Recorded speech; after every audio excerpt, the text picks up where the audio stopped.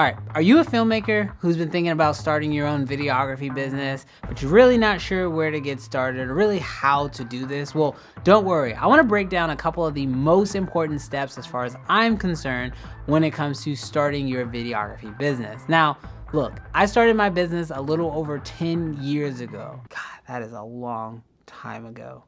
And I remember from day one how terrifying it felt to really quit my full-time job and start this thing. Now, granted, when I first started my business, I didn't really know everything that I needed to do in order to start my business properly, and I had to learn the hard way. My goal is to make this thing so much easier for you so that way you don't actually have to go through the same hoops and battles that I had to when I first got it started. So let's not waste any more time and let's jump into the first step, which is all about establishing your business. Now, establishing your business as a videographer is absolutely crucial. It's actually crucial for starting really any business. Now, personally, I recommend establishing your business as an LLC. There's a ton of awesome reasons why you want to do it, but for me, the biggest one is liability. It's even in the name. By establishing yourself as a limited liability company, this is going to give you the peace of mind and allow you to sleep at night knowing that you are protected in your business. Now, there are a lot of extra things that you're gonna need to do, and establishing your LLC differs depending on which state you're setting it up in. This is why working with certain companies can make establishing your LLC super easy. One company that I strongly recommend is Tailor Brand. Tailor Brand makes it very easy for you to establish your LLC. You literally just go to the website, select your state, and you go through the entire prompts in order to establish your business. It couldn't be easier. Now, something else that's also really important when establishing your business is building your online presence. Let's face it, there's a lot that can go into it, whether that's social media and websites, but let's actually just keep it super simple and let's just talk about branding and websites. Now, it doesn't matter which social media platform you use, they all are gonna have a link to a website because every business has to have a website. It's kind of like an unwritten rule, especially if you're a videographer, because people need a place to go in order to see your portfolio. So when it comes to building your website, you want to make sure that you have everything on point and that it looks professional. It doesn't matter how good your work is, if your website is clunky and hard to follow, your clients will never see your work. So building a professional looking website is an absolute must. On top of that, you're obviously gonna need a logo and full branding. This includes colors and type fonts and everything you could possibly think of when it comes to building this online presence.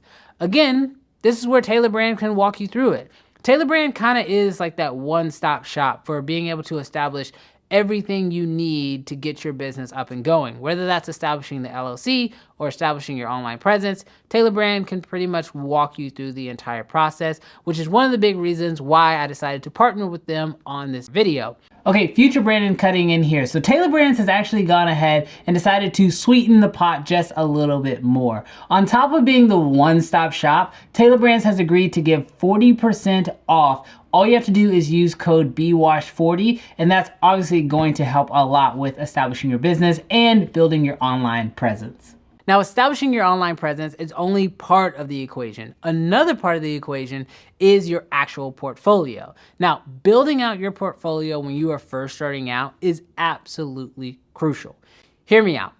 As a videographer, when I was first starting out, I thought that people were gonna wanna know where I went to school, which, spoiler alert, I did not. I was self-taught and did not have the opportunity to go to film school because, well, it was just too expensive. So this meant that I had to let my work speak for me. And ironically, something that I found was that no one ever asked if I went to film school or really where I learned my skill sets. All they cared about was, what could I produce? And that is 100% how you'll be judged. So how do you go about building an amazing portfolio? Well, if you're first starting out, you might think the best way to go about doing this is to get hired by clients and then take those videos and put them on your website. This is a great thought. However, there's actually a slightly better way to do this, and that is to actually just shoot your own spec ads. This means shooting videos that you actually want to shoot and promote on your site. The main reason why I recommend doing this, especially when you're first starting out, is you will maintain complete creative control over these projects. On top of that, you also have more time, you don't have crazy deadlines, and you really get a chance to make the best work you possibly can because let's face it, a lot of times clients can come in and ask for changes that you don't necessarily agree with, but you have to make it because, well, they hired you.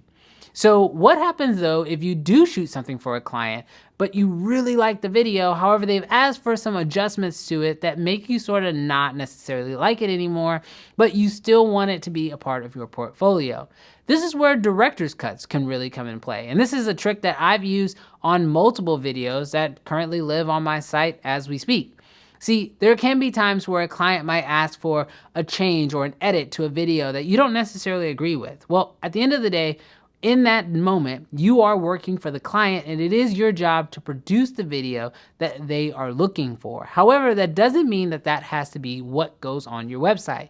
You can make a director's cut, which is just slightly altering the video, and then put that on your website. Again, your job is to promote your best foot forward, and only you can make that decision as far as what is your best foot forward. So it's totally fine to make a director's cut and put that on your site. The last major tip I'll add in here when it comes to the portfolio has a lot to do with actually the work that you put in your portfolio.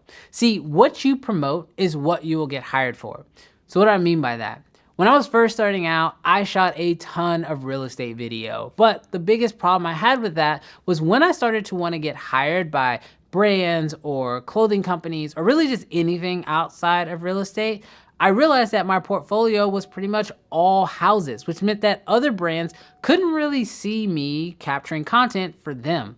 The problem with that was I was promoting, but I wasn't promoting what I wanted to be hired for. This meant that even though I had been doing it for probably about 2 to 3 years at this point, I had to go back and start shooting spec work in order to attract the clients that I wanted to bring into the fold. So be very cautious about the type of work that you actually put in your portfolio, because that will directly reflect the type of clients that are going to look to hire you.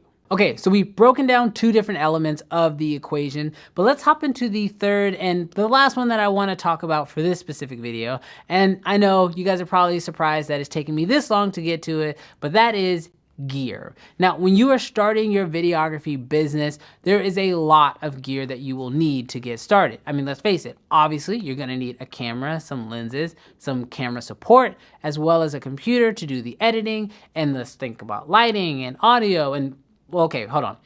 There can be a lot that goes into establishing a business and getting the proper equipment you need in order to fulfill your services. But I want to talk about a couple important elements that will allow you to be the most successful with the gear you obtain.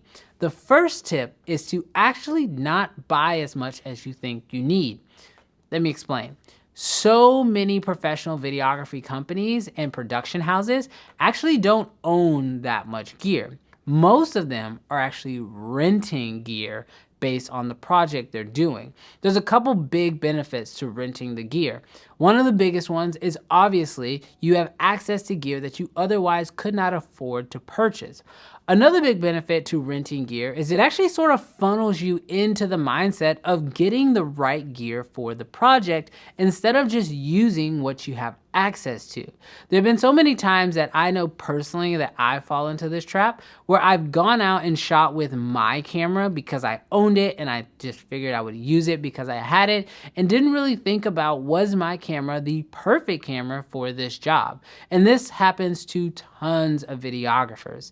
By renting gear, you get into the mindset of finding the proper tool for that job. Now, if you are just gung-ho on wanting to buy gear, another huge secret that a lot of production companies do is they buy used gear. See, when you start working with professional grade gear in the videography world, one thing you'll learn is that a lot of this gear is built very robustly. The main reason being is that, well, quite frankly, a lot of it ends up in rental houses anyway, so they have to build it in a way where it can be rented out multiple times, used by different shooters, and ultimately won't just break down on set.